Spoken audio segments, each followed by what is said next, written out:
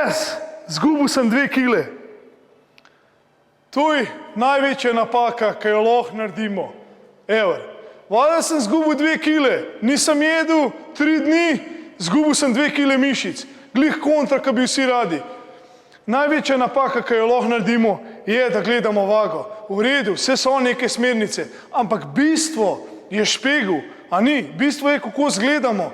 Ne, da na koncu sem zgubil 15 kil, pa firenki klele povsod, pa spet nismo zadovoljni. Pa gremo do Fabjana, da bo malo porezal. Lejte, bistvo je hujšati pravilno, ne da nehamo jesti. Moramo jesti.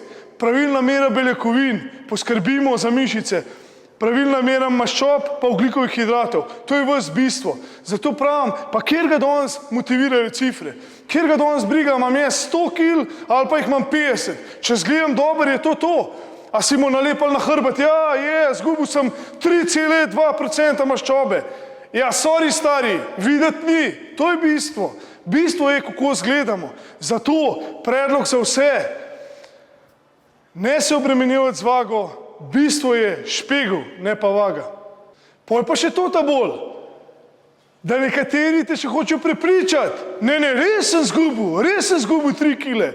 Ja prav, ni videti, sorry, tisto, kar je pomemben. Ali pa ta fora, ja, 175 sem velik, 75 kil imam, idealna teža. Rokce take, mišic 0, pa tak vamp.